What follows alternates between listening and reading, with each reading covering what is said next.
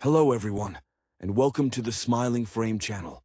Please remember to subscribe to the channel and hit that like button. Today, we are going to be discussing the movie The Polar Express from 2004. The film opens on a cold Christmas Eve, a night thick with the anticipation only a child truly understands. A pivotal moment for a young boy, let us call him Hero Boy, who is wrestling with a nascent doubt about the very magic he is supposed to embrace. He's positioned perfectly to hear the distant rumble, a sound that cuts through the suburban quiet. The arrival of the Polar Express is an event of sheer, magnificent spectacle, a behemoth steam locomotive materializing from the snowy darkness, its brass gleaming under the moon, driven by a conductor whose very presence suggests a lifetime spent navigating the line between the real and the wondrous. This conductor, a figure of crisp authority and quiet understanding, played by Tom Hanks, who lent his considerable voice talent to several key roles in this production, setting a benchmark for motion capture work, invites the skeptical boy aboard. The train is instantly populated by other children, each representing a different flavor of Christmas expectation. There's the know-it-all girl, armed with facts and figures, and the lonely boy, whose initial awkwardness slowly melts away as the journey progresses. The journey itself is not a simple transit. It is a plunge into the fantastical. The train barrels across landscapes that defy geography, sliding across frozen lakes, the ice groaning under the immense weight. A sequence that showcases the early 2000s ambition in digital world building. As they travel deeper, the skepticism of Hero Boy begins to fray under the weight of shared experience.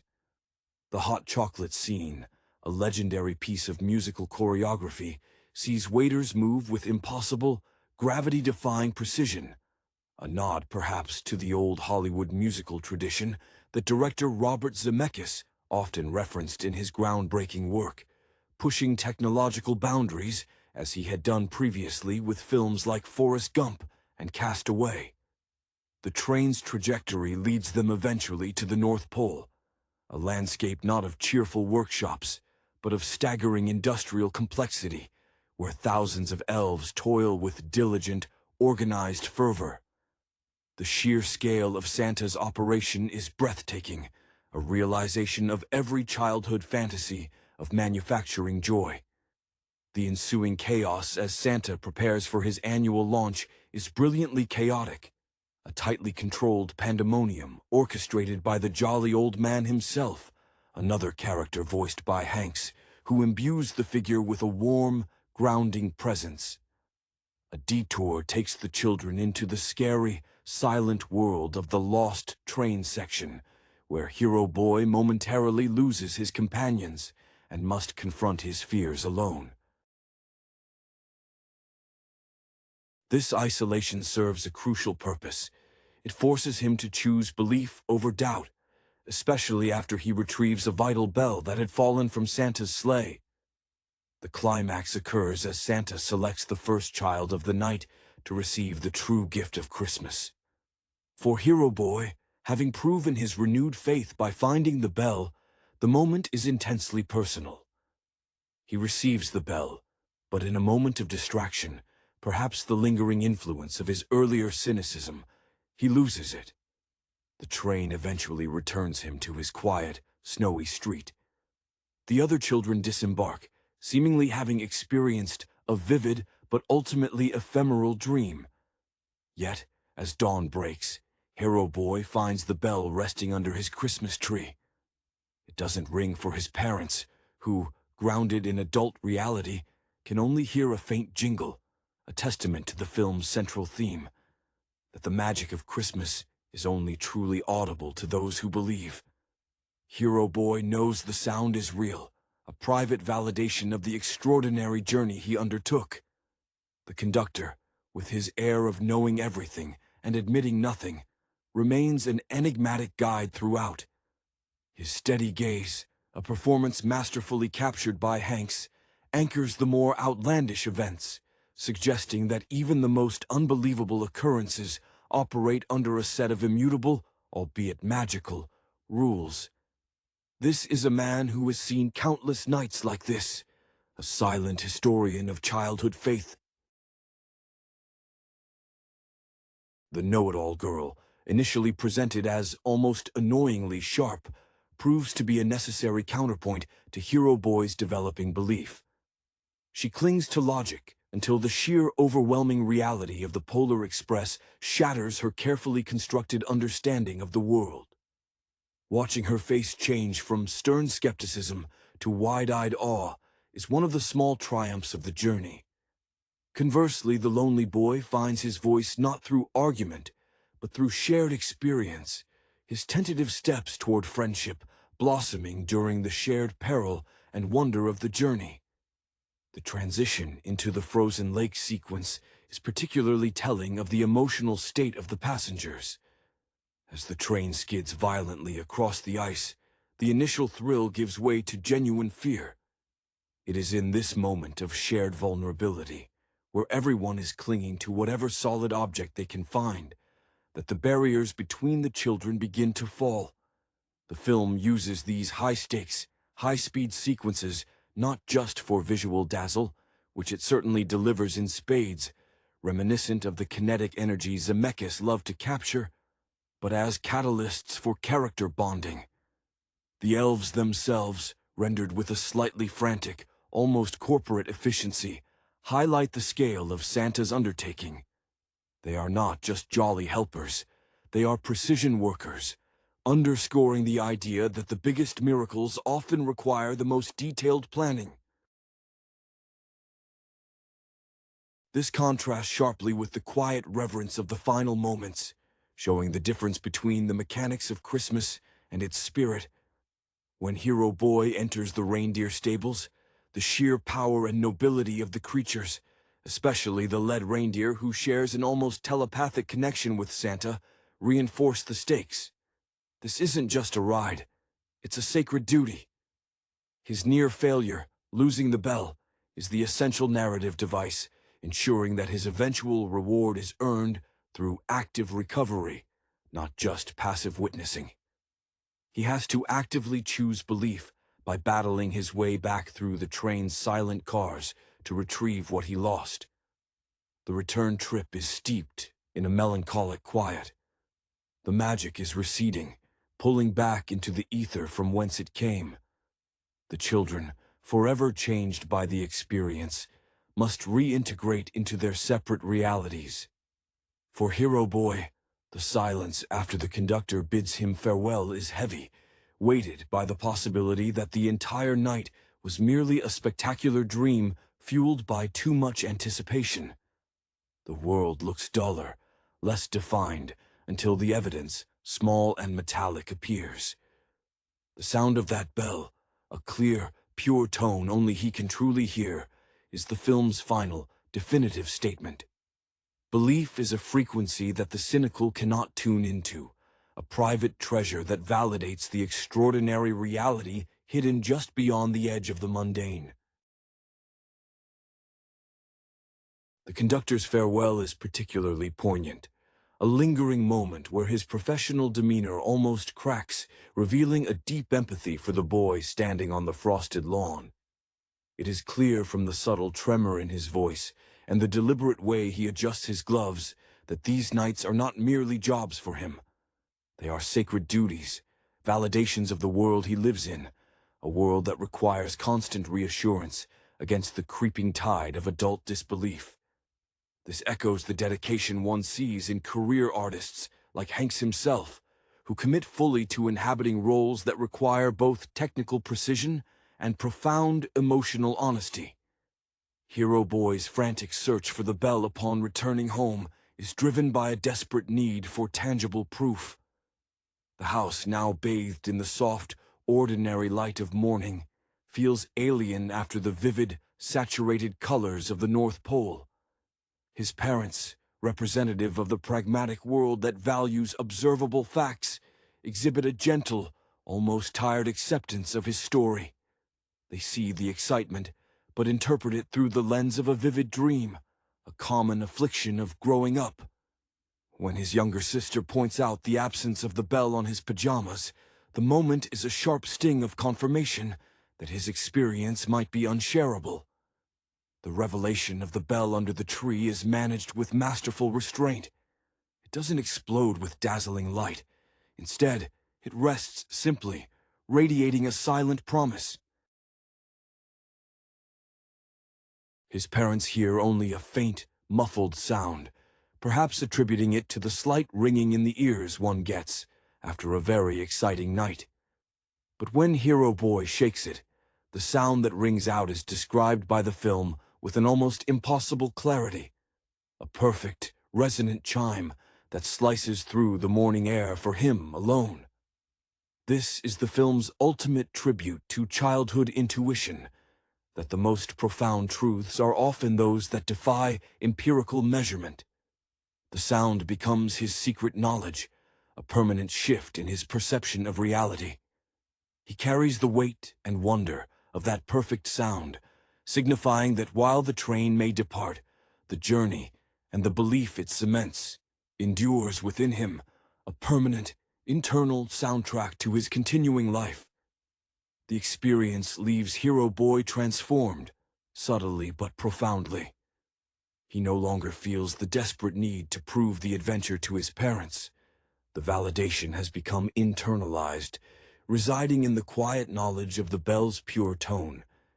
This internal shift echoes the dedication required of artists such as Tom Hanks, who must sustain a belief in the project even when the audience cannot yet see the finished product, trusting the internal logic of the narrative.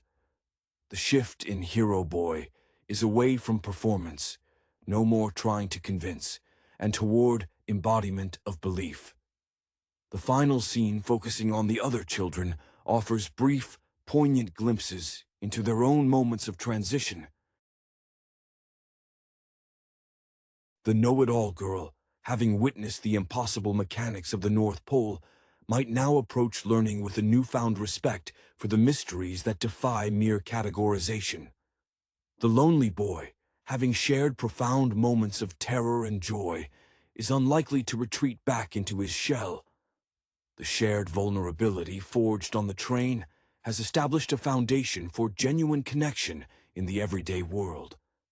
Their individual paths diverge, but they share the invisible scar of having touched the miraculous. The conductor, having delivered his charges, fades back into the landscape, his purpose fulfilled until the next year. He represents the persistent, almost infrastructural element of magic in the world, always present, requiring only the right invitation to manifest. The film closes not on a grand sweeping vista, but on the intimacy of a single bedroom, suggesting that the greatest spectacles are those that reshape one's personal view of the immediate environment. The sound of the bell is the anticlimax that is actually the climax, a quiet assertion that the true spirit of Christmas resides not in the grand delivery system of Santa, but in the individual capacity to hear the sublime amidst the mundane sounds of morning. The enduring power of the story lies in its commitment to maintaining this ambiguous threshold between the real and the imagined. The visual language employed throughout, particularly the rich, deep blues and snowy whites, designed to evoke a sense of pristine, almost untouchable wonder, serves to continually challenge the viewer's own preconceptions about what constitutes reality. Director Zemeckis, known for utilizing cutting-edge technology to explore deeply human narratives, whether it's through the life of an unassuming hero or the solitude of a stranded man, here uses the hyper-realism of motion capture to enhance the feeling of a vivid, almost hyper-real dream. The environments feel tactile, heavy with snow and the scent of pine and coal smoke, yet they operate under rules that physics simply does not recognize, keeping the audience perpetually slightly off balance, much like Hero Boy himself. This technical ambition serves to validate the subjective reality of childhood. If the train looked cartoony or obviously artificial, the final payoff, the ringing bell, would fall flat, easily dismissed as simple fancy. Instead, because the journey was rendered with such exacting detail, the doubt planted by the skepticism of the adult world, represented by the parents' muted hearing, feels like a genuine loss, a temporary fading of a tangible experience rather than a mere loss of imagination. It positions belief not as naivete, but as a form of heightened perception, a skill that requires conscious effort to maintain against the pressures of conformity. The film suggests that the world is saturated with these opportunities for wonder, but they require a specific kind of tuning fork to detect them, a bell that only the pure of heart, or at least the recently reclaimed of heart, can hear. The very act of hearing the bell becomes a character trait in itself, a quiet triumph over the subtle conditioning of the grown-up world. Hero Boy's understanding of the world has been recalibrated. He now walks through the familiar architecture of his house, with the internal knowledge that impossibilities are merely logistical challenges awaiting the right conveyance.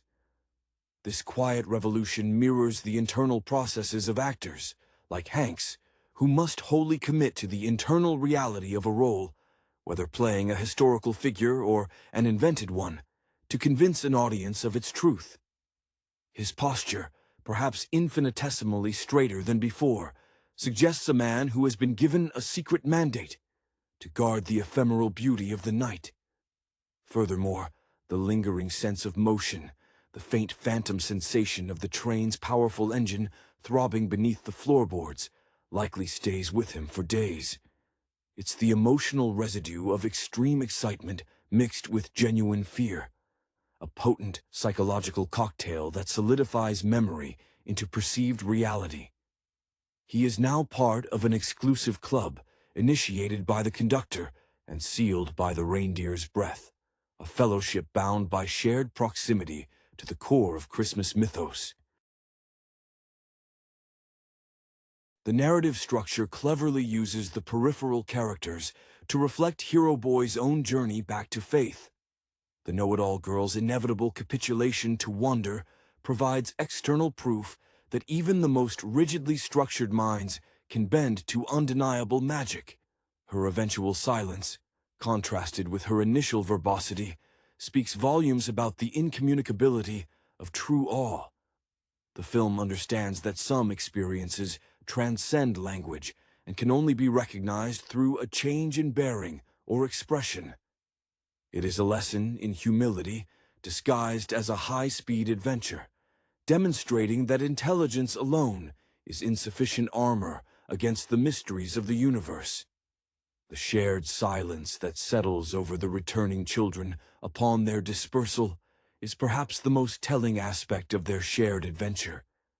It is not the silence of disappointment, but the heavy, pregnant quiet that follows a profound, life-altering revelation that cannot yet be articulated to those who were not present.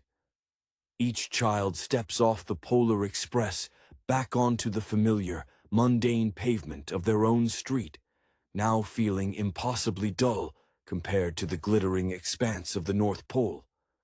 They carry within them an understanding that the ordinary world is merely a thin, frost-covered veneer over something infinitely more magical. Consider the practical application of belief required to navigate the subsequent days. Hero Boy must now engage in the daily routines of school and family life while harboring this immense, shimmering secret. This is where the film pivots from spectacle to subtle character study. His relationship with his parents shifts. He no longer seeks their affirmation of the impossible, recognizing their inability to hear the bell as a limitation of their grown-up hearing, not a flaw in his testimony.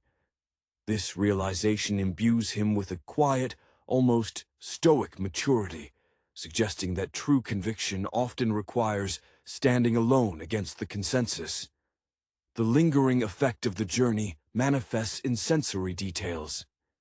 Even mundane sounds, the creak of a floorboard, the whisper of wind against glass, might momentarily trigger a phantom resonance, a memory of the train's mighty steam whistle cutting through the darkness. This is the way in which significant, emotionally charged experiences embed themselves into the psyche, shaping future perceptions.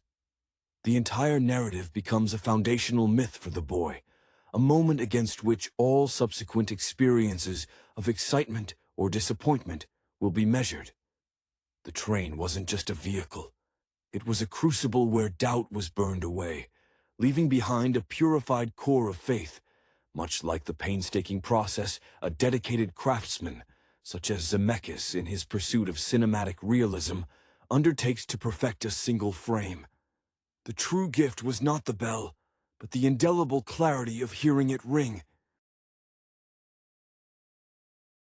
The journey's end brings with it a necessary sense of deflation, the return to the expected rhythms of home life, feeling almost jarring after the velocity and wonder of the magical excursion. Hero Boy's immediate instinct upon waking is a desperate, almost painful need to reconnect with the tangible proof of his night's endeavor. This urgency highlights a fundamental human need to anchor the transcendent experience within the known framework of reality. His fumbling under the tree, searching not for Santa's conventional gifts, but for that single, small metallic token, is the action of someone trying to secure a fragile dream against the harsh light of morning. The parents' muted reaction, hearing only a faint, indistinct sound, is the film's quiet commentary on the passing of wonder. They represent the accumulated weight of pragmatism, where every sound must have a verifiable, physical source. For them, the excitement of Christmas Eve explains the boy's overactive imagination, a perfectly reasonable adult conclusion. This subtle dismissal is not cruel, but rather an illustration of how the world systematically filters out the frequencies of magic. It solidifies Hero Boy's understanding that this particular truth must remain his own, a personal treasure guarded fiercely from external deconstruction. The clean, sharp ring of the bell for Hero Boy stands in stark contrast to the muffled sounds his parents perceive. This sonic dichotomy perfectly encapsulates the film's central thesis. Belief is an active mechanism, a key that unlocks a specific level of reality. It's a gift not freely given, but earned through the courage to step onto that midnight train. This clarity of sound becomes his lasting inheritance, far more valuable than any physical toy. It's a constant, internal reminder that the spectacular logic of the Polar Express is not inaccessible, merely awaiting the right internal tuning. This quiet victory echoes the dedication of performers like Tom Hanks, who, despite playing numerous larger-than-life characters, must always deliver that final moment of truth with absolute, unshakable sincerity, ensuring the audience believes in the internal reality of the moment, even if the exterior circumstances suggest otherwise. The final image is one of profound, satisfied solitude. The boy alone, holding the proof of his own capacity for wonder. The true victory of the film resides in the internal landscape Hero Boy now inhabits. He has moved beyond the need for external validation, evidenced by his serene acceptance of his parents' inability to hear the bell. This quiet confidence suggests a maturation far exceeding his years. He has integrated the impossible into his personal framework, becoming a quiet custodian of the miraculous. It speaks to the journey many artists undertake, like director Robert Zemeckis, who constantly pushes the boundaries of visual storytelling, not to impress solely with spectacle, but to create a substrate upon which deeply felt emotional truths can firmly rest. The hyper-realism of the captured performance must serve this internal emotional truth, making the intangible feel utterly solid. This internalization shifts the entire meaning of Christmas for him. It is no longer about receiving, but about perceiving. The annual arrival of Santa becomes less about the tangible gifts delivered, and more about the potential for transcendent experience that still exists in the world. He recognizes that the magic isn't something that happens to him, but something he actively participates in by choosing to listen for the right frequency. The lingering memory of the conductor serves as a template for quiet authority and unwavering commitment. The conductor, who remains an observer, more than an active participant in the boy's emotional resolution, represents the ideal embodiment of a chosen path. He guides, but he does not solve the internal crisis.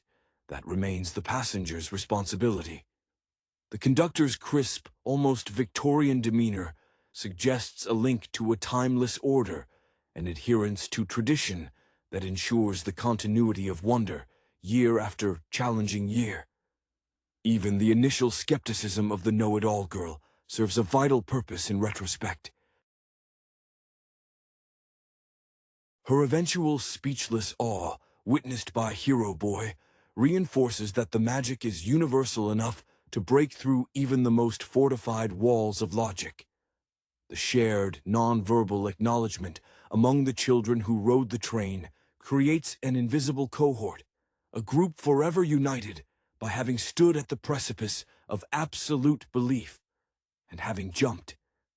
They are the silent guardians of the secret, subtly influencing the muted reality around them, ensuring that the spark, however faint, remains available for the next generation of doubtful children waiting for a cold Christmas Eve rumble. The film closes by embedding this essential secret within the listener, urging them, through Hero Boy's experience, to trust the sound only they can truly hear. The continuing resonance of the journey is perhaps best understood by considering the atmosphere of the Polar Express itself, a self-contained ecosystem of temporary reality. The train's consistent, rhythmic movement acts almost like a sustained, low-frequency mantra, designed to lull the conscious, doubting mind into submission, allowing the subconscious, the repository of childhood certainty, to take over. This deliberate pacing, juxtaposed with sudden bursts of thrilling acceleration or near disaster, mirrors the emotional turbulence of navigating early adolescence, where moments of profound clarity are often interrupted by unexpected trials. The design of the interior, plush and warm, yet slightly too perfect, a classic feature in Zemeckis' digitally realized worlds, creates a sense of safe detachment from the normal world. The children are cocooned, shielded from consequences, allowing them the freedom to experience awe without the usual accompanying anxiety.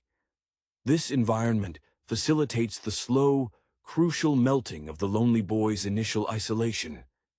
His tentative steps toward friendship are not forced through dialogue, but achieved through shared proximity and mutual dependency during moments of crisis, such as the dangerous crossing of the frozen lake. True connection, the film suggests, is often forged in moments where shared vulnerability overrides social awkwardness. The memory of the hot chocolate ballet, with its gravity-defying choreography, stands out not just as a technical marvel, but as an emotional high-water mark of shared, impossible joy. It is a moment where every child, regardless of their initial reservations, participates fully in the orchestrated spectacle.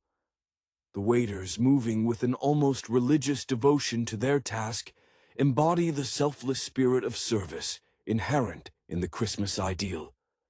It is a scene that insists on exuberance, demanding that even the most reluctant participant feel the surge of collective merriment. This choreographed sequence is the train's formal invitation to abandon guardedness and simply experience. When the train finally rolls back into Hero Boy's driveway, the transition is jarringly abrupt. The sudden silence after the magnificent roar of the engine and the chorus of the elves leaves a palpable vacuum. It is here, in the quiet aftermath, that the conductor's professionalism shines most brightly. He is the impartial ferryman, delivering souls safely back to their shores of reality, but never lingering long enough to dilute the magic with prolonged explanation. His departure is swift, a tacit acknowledgement that the magic cannot survive prolonged scrutiny by the daylight world. The finality of his salute is a gesture of respect for the boy who, having walked through the fire of doubt, emerged holding a tiny, perfect truth. The atmosphere of the North Pole itself, once the train grinds to a halt amidst towering structures of glittering ice and impossible architecture, is overwhelmingly industrial, yet permeated by an almost sacred sense of purpose. The elves are not cartoonish sprites. They are a highly organized workforce, their movements efficient and driven by an almost feverish, collective excitement.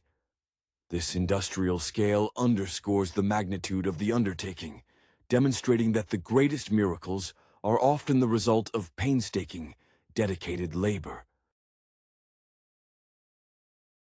It lends a grounded reality to the fantasy, suggesting that even magic needs meticulous planning and execution, much like the complex layering required in a digitally ambitious film project, where every frame must serve the overarching emotional goal.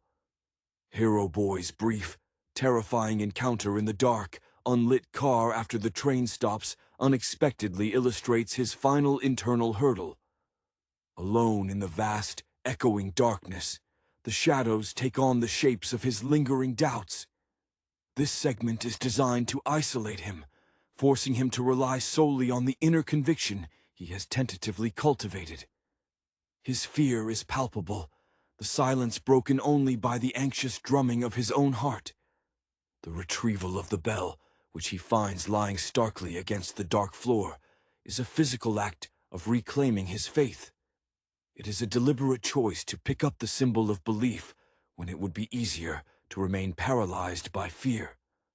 The selection ceremony at the top of the mountain, where Santa stands poised before the sleigh, feels less like a joyous event and more like a solemn, ancient ritual being performed exactly as it has been for millennia. Santa's gentle, knowing gaze seems to encompass not just the children present, but all the children who have ever believed. When he grants the bell to Hero Boy, there is a profound sense of recognition. The gift is bestowed not because the boy asked for it, but because he needed to prove his capacity to hold on to it. The temporary loss of the bell when Hero Boy is distracted by the sheer majesty of the reindeer preparing for flight is a subtle, brilliant narrative touch. It proves that even renewed faith can be momentarily shaken by overwhelming sensory input, the sheer, terrifying grandeur of the spectacle. When the train finally deposits Hero Boy back onto his quiet street, the contrast is almost painful. The world seems muted, the colors drained, as if the memory of the North Pole has temporarily bleached the vibrancy from his everyday surroundings. The conductor's final instructions are delivered with the measured cadence of a man imparting vital but temporary wisdom. The magic requires upkeep. The boy's quiet nod confirms he understands the weight of this responsibility. He is no longer just a participant. He is now a witness entrusted with preserving the secret. The final ringing of the bell, a sound only he can truly perceive, is the earned reward, the private, perfect chord that validates an entire night spent suspended between reality and the realm of true belief. The very act of Hero Boy returning to his bedroom, the plush warmth of his pajamas now feeling strangely confining after the crisp, magical air of the North Pole, marks the beginning of the story's most intimate and crucial chapter, the integration of wonder into the mundane. He stands in the familiar confines of his room, the toys scattered from his previous life, as a resolute skeptic now looking small and inadequate. The shadows cast by the ordinary morning light seem less menacing than the supernatural darkness of the train cars, yet they hold a different kind of threat, the creeping threat of normalcy, erasing memory. His inspection of the pajamas is meticulous, fueled by the residue of adrenaline and the desperate hope that the experience was not merely a chemically induced dream. When he finds the small silvery bell tucked securely beneath the ribbon, the texture of the metal, cold, real, undeniably present, is the first physical anchor point. The emotion that floods him is not just relief, but a quiet, profound sense of vindication. He didn't simply see magic, he interacted with it, and it left a physical artifact. This moment is the final stage of his transformation, moving from passive observer to active participant who has successfully navigated the trials of belief. The sound of the bell, however, remains the ultimate testament. When his parents hear nothing but the faint, distant jingle one might attribute to an old decoration or the wind, it solidifies the exclusive nature of the gift. This is the cinematic equivalent of a private frequency tuning in perfectly for one receiver while remaining static for all others. It reflects the way profoundly personal experiences, artistic breakthroughs, deep love, or spiritual awakening often defy communal validation. Hero Boy learns that the greatest truths often exist in the lonely clarity of individual perception, a lesson Tom Hanks often masterfully conveys by anchoring extraordinary circumstances with utterly believable, internal emotional reactions. This new perception fundamentally alters his relationship with silence. Before the journey, silence was empty, perhaps even lonely. Now silence is pregnant with possibility, a canvas upon which the pure tone of the bell can be recalled or even faintly heard, a secret soundtrack playing beneath the noise of the everyday. He carries the weight of this knowledge, not as a burden, but as a source of quiet, enduring strength. He is the silent possessor of a secret truth, ready to face a world that demands evidence, armed with proof that the best evidence is often that which cannot be empirically photographed or recorded, existing purely on the vibrational plane of faith. The Polar Express may have departed, but its track is now permanently laid across the geography of his young heart. The subsequent days become an exercise in quiet preservation for Hero Boy. The world outside his window seems to move at a slightly slower, more predictable pace, now that he knows the true velocity of genuine wonder.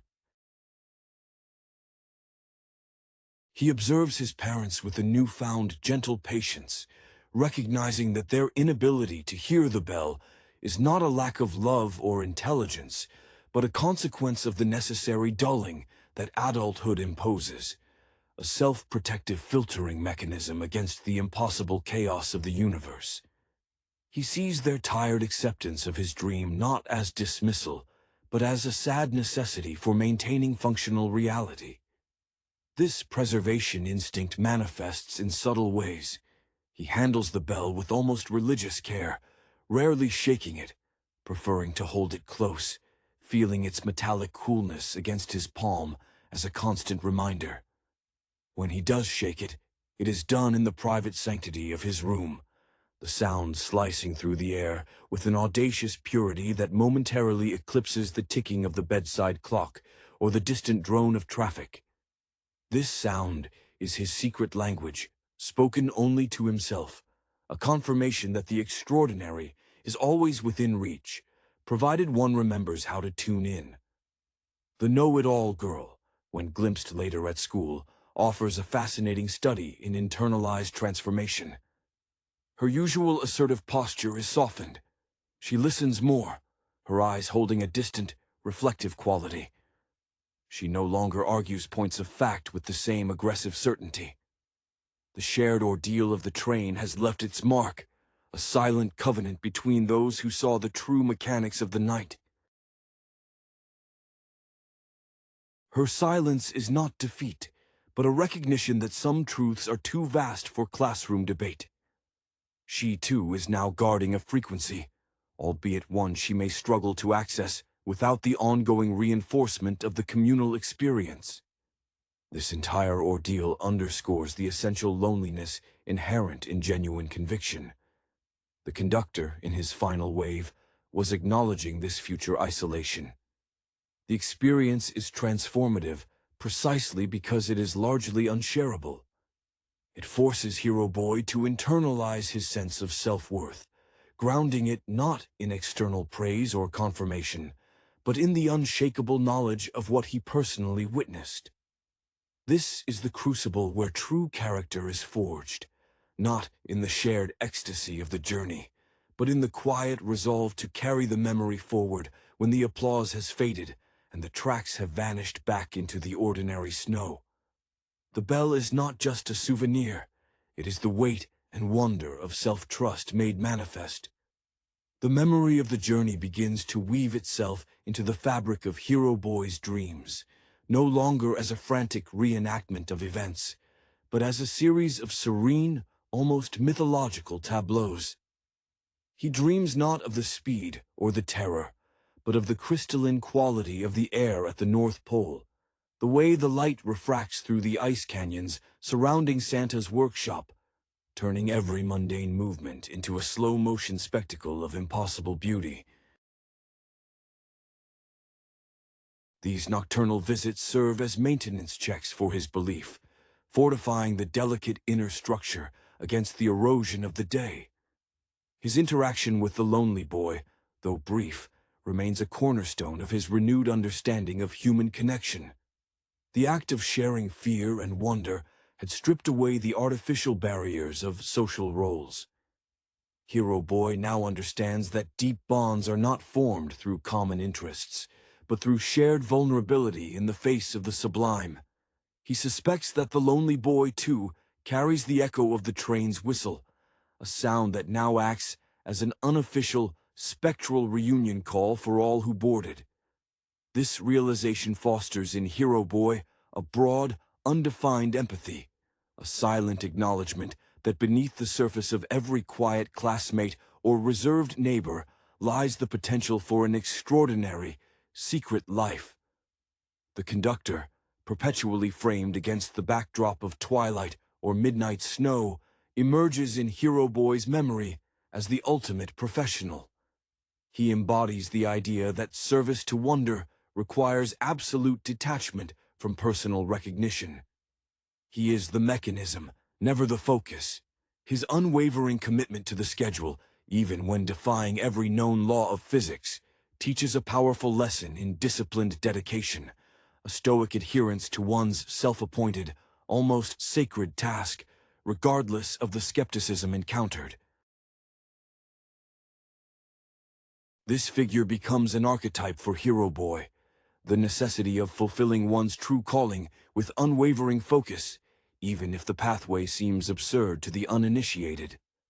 The film's closing, by returning focus to the individual bedroom, emphasizes that the true destination of the Polar Express was never the North Pole, but the interior landscape of the self. The spectacle was merely the catalyst. The true triumph lies in Hero Boy's ability to transition from a child desperate for proof to an individual quietly possessing conviction.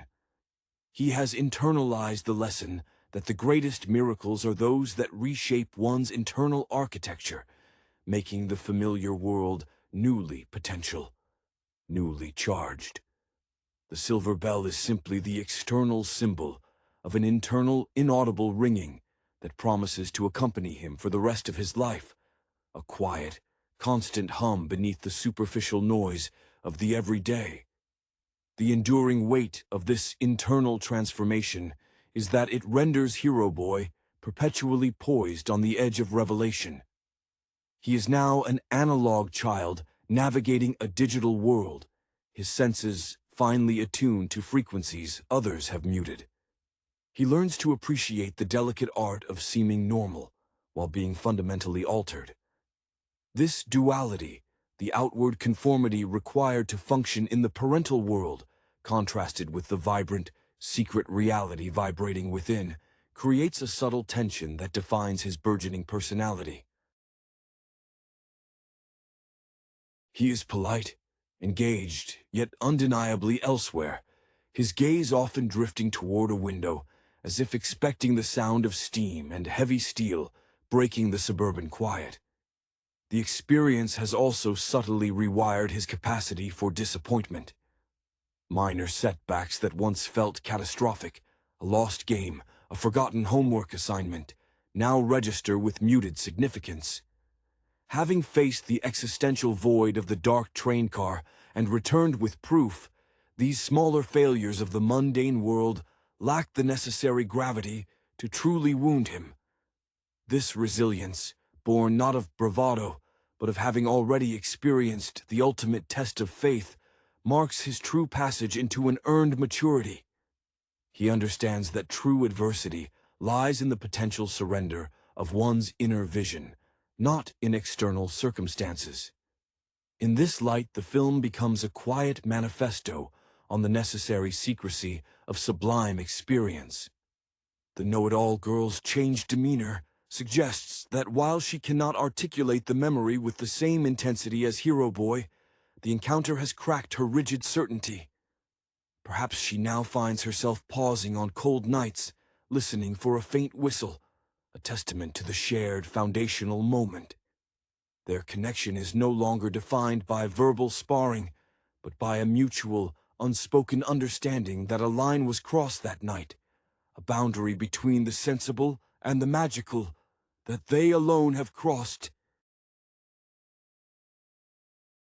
Ultimately, the Polar Express functions as a cinematic metaphor for the creative act itself. It demands total immersion, a suspension of disbelief so complete that the audience, like Hero Boy, must commit fully to the staged reality.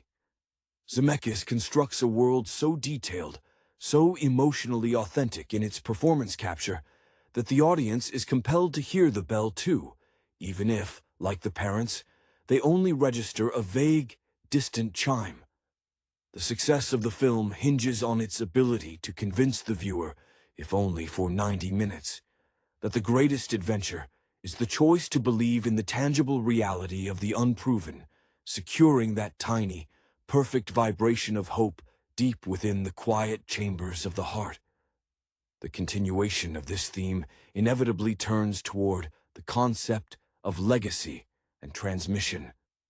Hero Boy, now the keeper of the bell, implicitly accepts the mantle of future believer. He understands that the miracle is cyclical, dependent not on the mechanical operation of a legendary train, but on the continuous choice of individuals to maintain their inner receptivity. This places a quiet, almost spiritual obligation upon him, the obligation to simply remember, with sufficient clarity, that the magic remains tethered to the physical world, ready to be reignited by the next generation of hopeful children. This responsibility shapes his quiet guardianship of the Christmas season thereafter. He views the decorations, the lights, and the songs not as mere seasonal decor, but as carefully constructed beacons, terrestrial signposts meant to guide the earnest toward the magical frequency. He becomes, in essence, an unconscious high priest of the holiday's deeper meaning, his actions infused with a reverence that adults often mistake for simple holiday enthusiasm. The bell itself ceases to be an object and becomes a symbol of sustained acoustic faith. Should he ever lose the bell, or should its sound ever truly fade from his perception, Hero Boy would understand that the loss would not be of an object, but of an internal tuning fork, a failure of his own will to keep the channels open.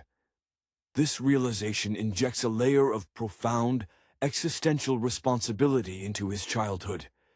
He is actively participating in keeping the mythology alive, a far more significant contribution than simply receiving a gift.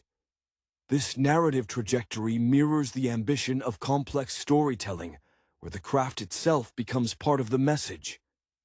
Filmmakers like Hanks, when embodying characters with profound secrets like Forrest Gump, must convey the sheer cost of carrying such a truth, the isolation, the necessity of silent commitment.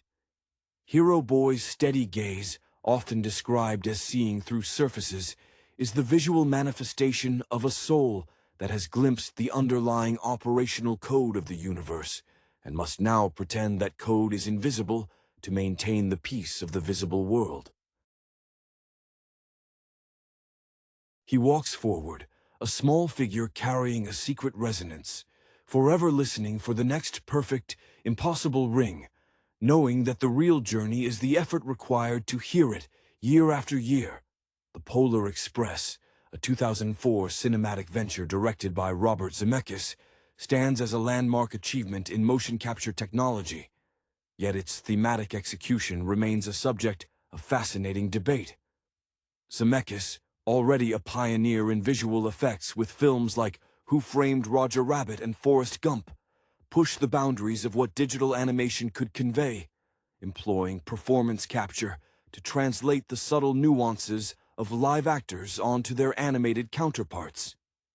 This technological ambition, however, sometimes overshadows the simple, poignant narrative core inspired by Chris Van Allsburg's beloved children's book.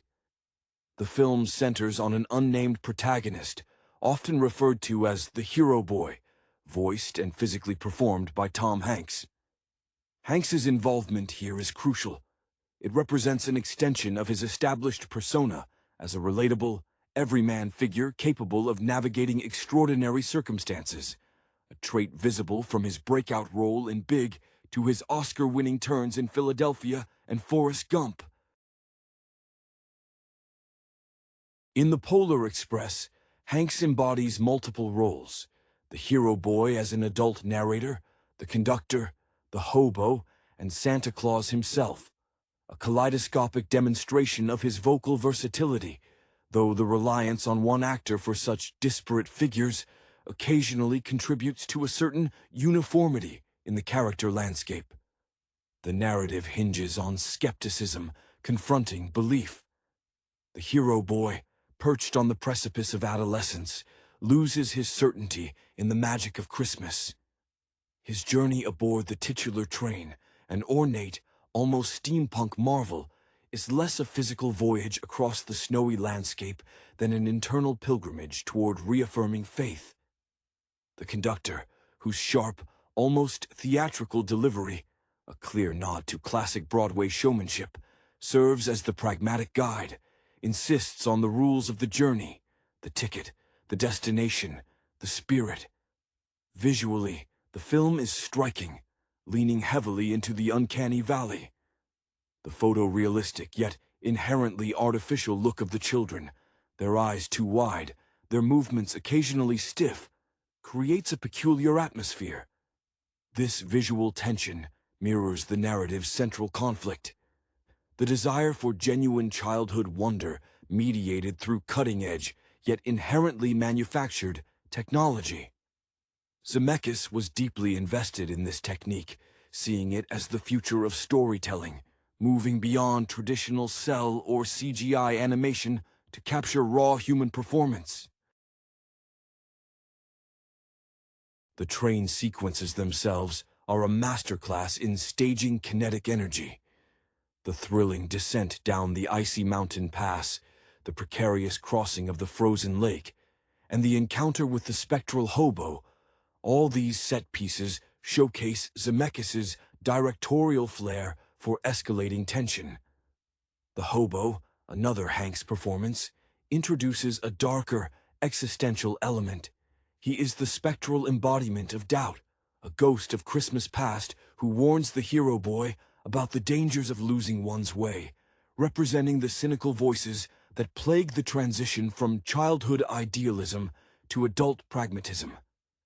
The arrival at the North Pole is perhaps the film's emotional zenith and its most commercially focused segment.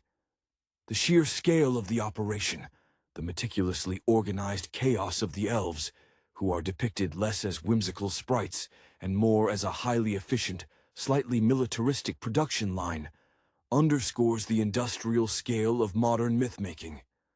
When Santa finally appears, it is a moment handled with relative delicacy, avoiding caricature. His gift to the hero boy, the silver bell, is the ultimate symbol of pure, unadulterated belief. The climax involves the hero boy losing the bell through a hole in his pocket. This moment is critical. It is the test of faith after the fact. When the bell is found by the skeptical hero girl, the film pivots back to the narrator, the older hero boy, who reflects on the transient nature of physical objects versus enduring belief. He can hear the bell long after the batteries of skepticism, and perhaps the film's own technological artifice, have faded. The Polar Express, therefore, functions as a sophisticated cinematic parable. It utilizes state-of-the-art digital effects to tell an ancient story about the necessity of faith in the face of encroaching adulthood. While critics often cite the stiffness of the character models as a flaw, this very stiffness arguably enhances the thematic resonance.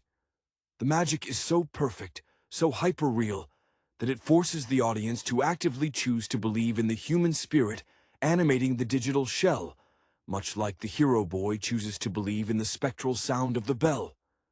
It remains a polarizing, but undeniably significant holiday film, deeply rooted in Hanks's ability to anchor fantasy with fundamental human sincerity. The hero boy's initial reluctance to board the train is steeped in the very real anxiety of preteen doubt. He is a child caught between the comforting certainty of unquestioned childhood stories and the emerging, often colder logic of the world he is beginning to inhabit. This internal tug-of-war makes his eventual acceptance of the conductor's invitation all the more resonant. The conductor, in Hanks's capable hands, is the perfect ferryman across this divide. He is not overtly jolly. His demeanor suggests a man who has seen countless skeptics board and has no time for theatrics that do not serve the journey. His suit, impeccably sharp against the snow, mirrors the rigid structure of the rules he enforces, rules designed not to restrict the magic, but to protect it from those not prepared to receive it. Consider the character of Know-It-All, another young passenger on the train. Voiced by Eddie D. Smith, this boy represents the vocalized skepticism that the hero boy is quietly battling internally.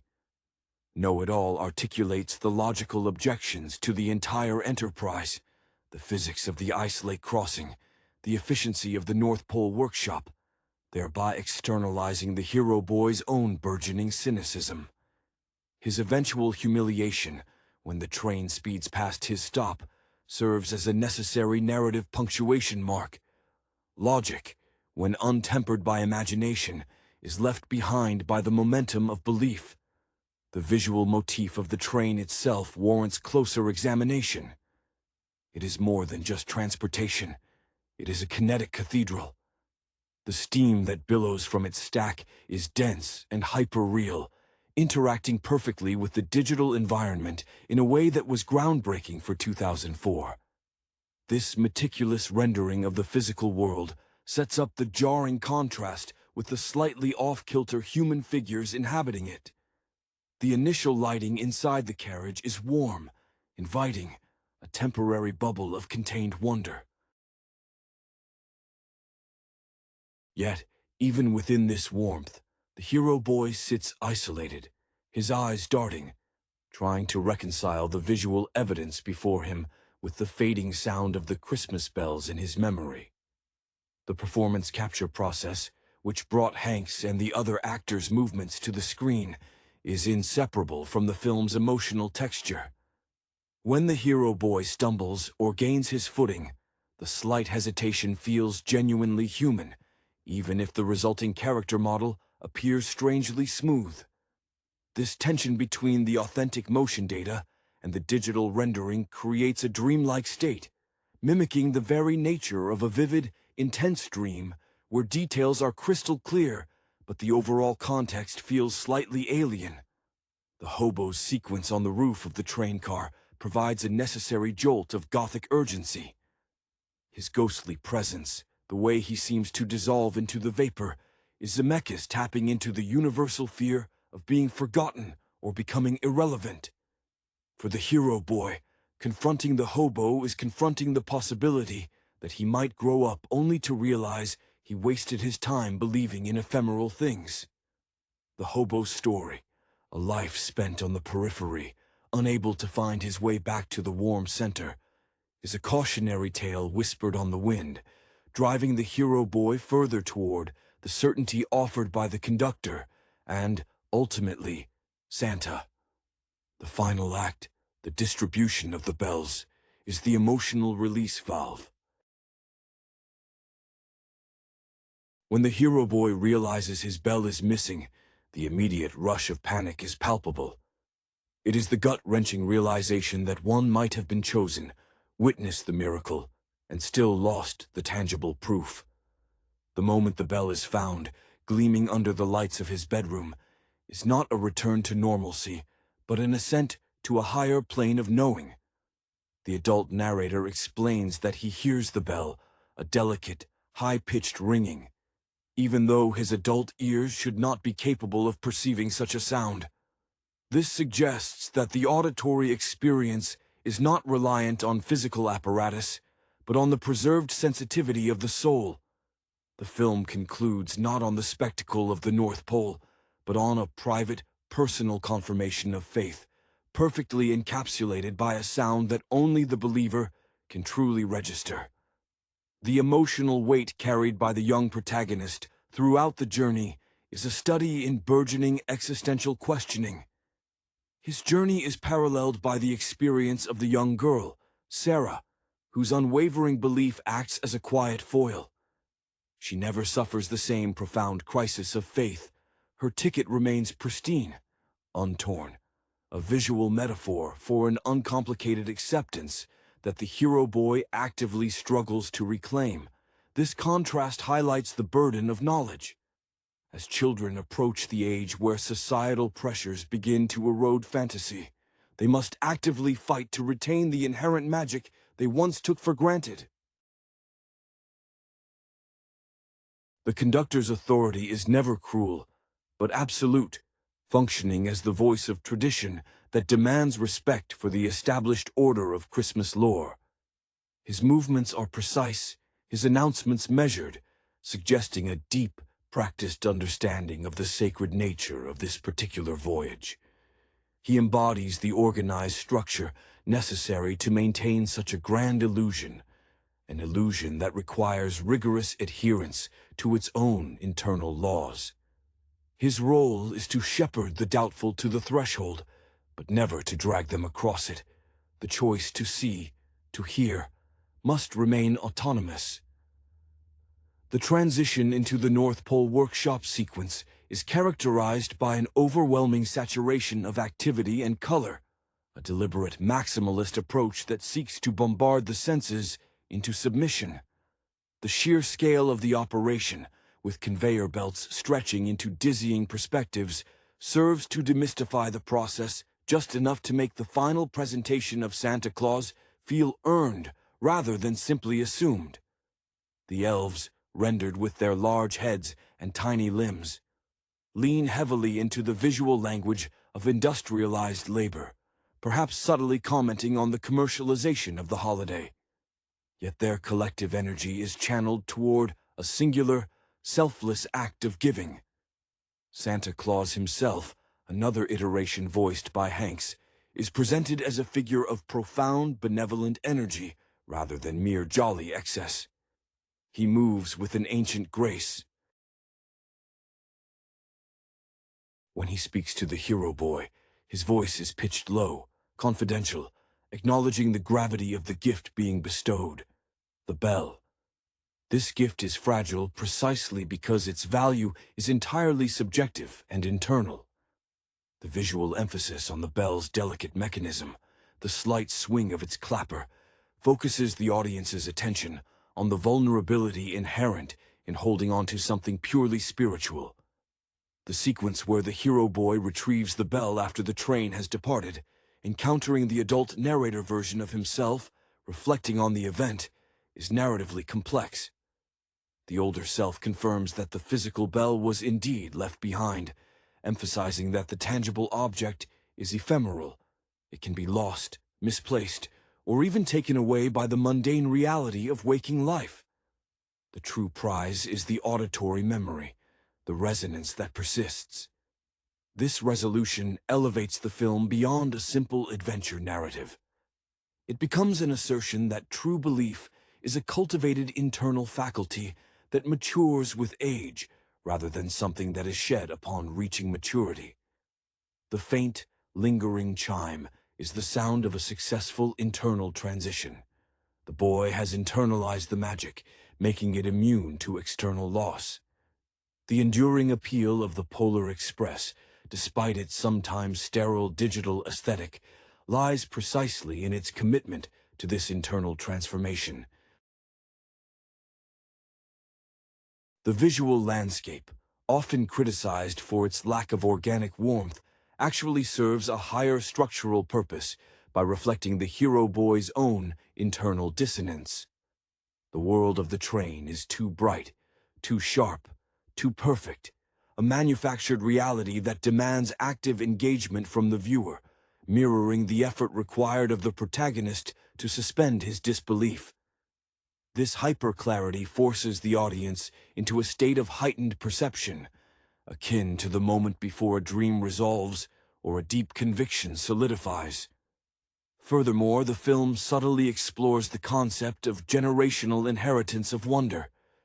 The hero boy is seeking confirmation because the narratives handed down by his parents and the cultural landscape surrounding him are beginning to feel thin.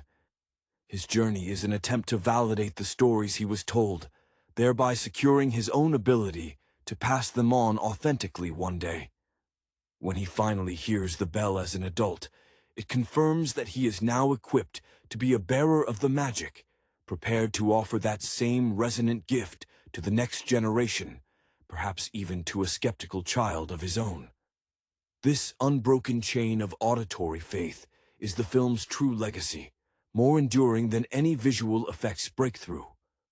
The silence that follows the bell's ringing in the adult world is not emptiness, but the quiet space necessary for anticipation, for waiting for the next Christmas when the conductor might once again call the roll. The final, lingering shot on the silver bell resting under the tree, a visual anchor for the inaudible sound, is a masterstroke of cinematic ambiguity. It allows the audience, having witnessed the hero boy's internal victory, to participate in the choice of belief alongside him. For those who truly embrace the film's premise, the bell is unquestionably ringing. For the hardened skeptic, it is a beautiful, silent trinket under the holiday lights. Zemeckis, utilizing the immense technical capability of his chosen medium, ultimately delivered a film whose success rests not on the fidelity of the digital rendering, but on the enduring power of an unseen frequency. This focus on the ephemeral sound over the concrete image speaks volumes about the thematic core. Tangible evidence is fallible, but deeply held conviction resonates indefinitely. The film thus functions as a quiet argument against empiricism when dealing with the sublime mysteries of human tradition.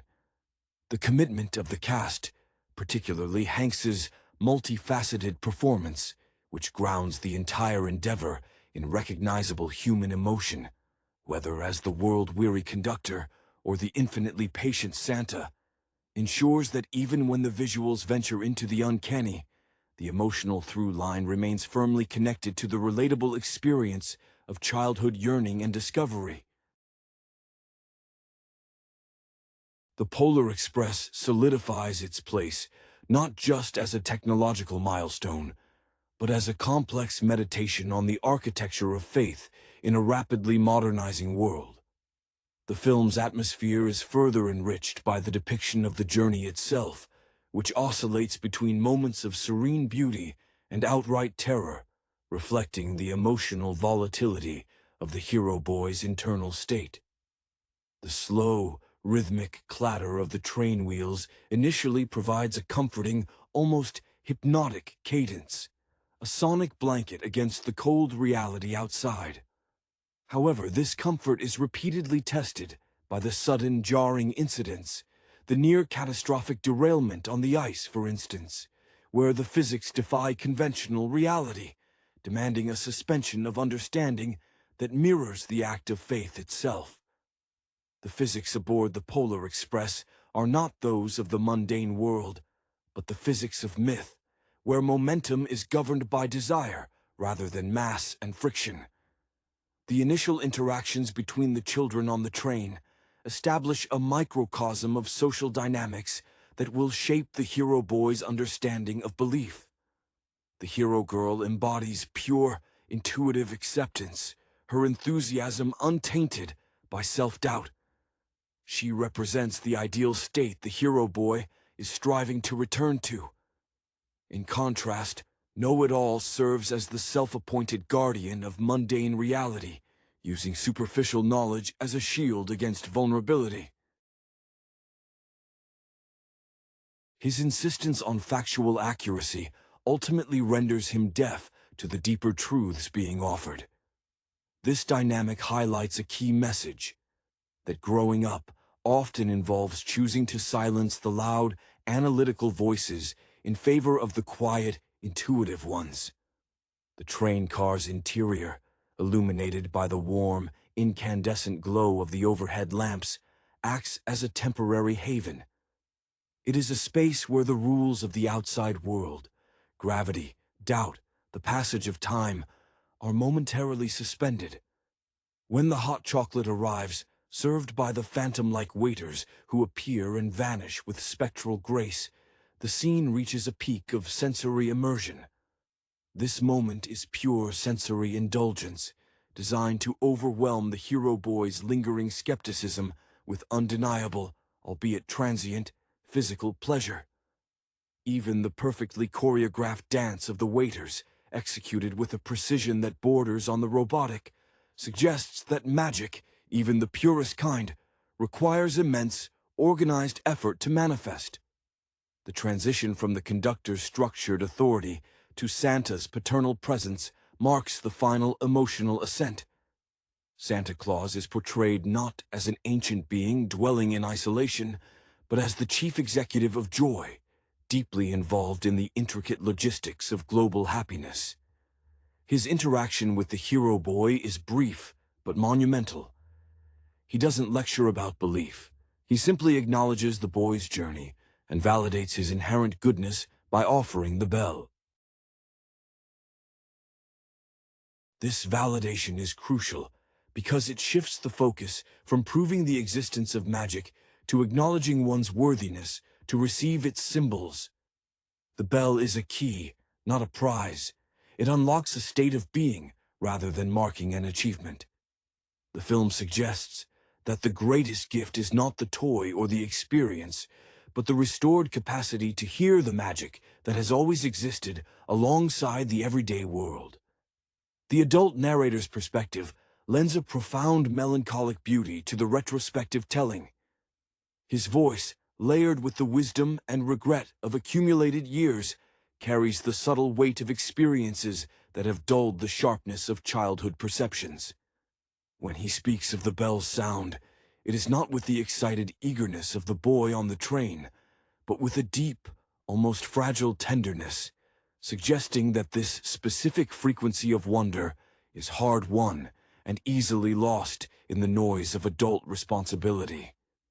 This retrospective narration transforms the film from a mere fantasy adventure into a meditation on memory and the necessary preservation of inner innocence against the entropy of adult life. The visual motif of the journey's debris is also thematically important. The forgotten objects, the misplaced tickets, and especially the empty seat where the hero boy sat alone before realizing he had not been alone, function as spectral reminders of fleeting moments. These are the small, almost invisible casualties of spiritual passage. The film emphasizes that every step on the path to belief leaves something behind, a piece of doubt, a shred of arrogance, a physical possession, in exchange for an intangible gain. The characterization of the hobo gains further dimension when viewed as the consequence of failed belief. He is the embodiment of what happens when one fails the test of the bell, when the skepticism wins and the magic fades into nothingness. His insistence that he once rode the train, but now only haunts its periphery, is a chilling articulation of irrelevance. He is proof that failing to hear the bell eventually leads to being unheard by the world. His spectral nature is not merely a spooky element for a children's film. It is the very real fear that the hero boy faces, the fear of becoming a non-believer who merely witnesses life rather than participating in its essential wonders. Zemeckis' meticulous attention to environmental detail, a hallmark of his work since Back to the Future, ensures that even the most fantastic elements feel grounded enough to be emotionally persuasive. The pristine, untouched snow of the vast wilderness surrounding the train underscores the isolation of the journey. They are deliberately cutting themselves off from the known world to enter a sacred, temporary space. The transition through the clouds, where the train seems to pierce the veil between reality and fable, is often accompanied by a significant drop in sound and a shift in color palette, signaling the moment the narrative mechanism overrides conventional physics. Ultimately, the Polar Express succeeds because its technology serves its theology. The technical achievement was not to make the children look perfectly real, a feat the film arguably didn't fully achieve, but to make the experience of believing feel technologically overwhelming, and therefore, ironically, more real than the mundane.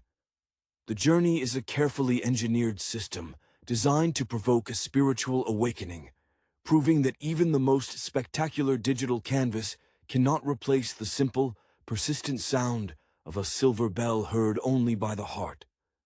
The deliberate choice to keep the hero boy unnamed reinforces his universality. He is not intended to be a specific child, but rather the distilled essence of childhood wonder confronting the threshold of mandated adulthood. This narrative blank slate allows audiences across generations to project their own youthful anxieties and recovered memories onto his shoulders. His eventual auditory success, hearing the bell when the conductor and the hero girl can no longer perceive it physically, is presented as an earned, private victory. It's not about proving Santa's existence to others. It is about securing an internal resource that skepticism cannot deplete. The hero girl's role is fascinating in its simplicity. She acts as a living validation for the hero boy's initial hesitation. If she, who believes without question, were the focus, the film would lack dramatic tension. Her quiet certainty provides the necessary gravitational pull toward belief, contrasting sharply with the hero boy's internal struggle. She represents the default setting of childhood, an assumption of magic that the hero boy has momentarily lost connection with. Her unblemished ticket and calm demeanor suggest that true faith requires less effort than the fight against doubt. Furthermore, the film's musical score, heavily influenced by Glenn Ballard's compositions, plays a vital role in mediating the visual artifice. The score often swells to provide the emotional warmth that the digitally rendered characters sometimes lack. The songs become anchors, filling the void left by the uncanny valley effect.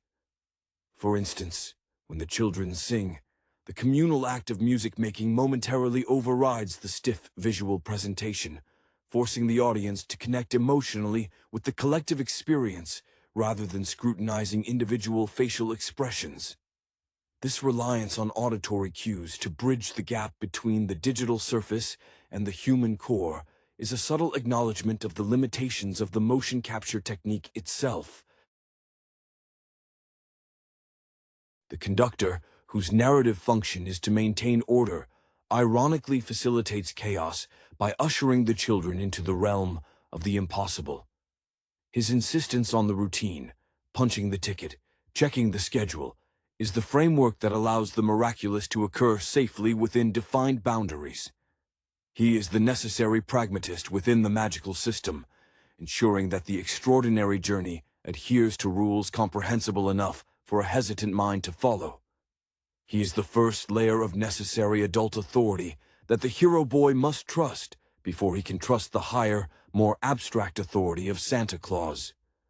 The entire structure of the Polar Express, from its meticulously tracked route to its precise arrival times, suggests that magic, to survive in a rational world, must present itself with organizational rigor.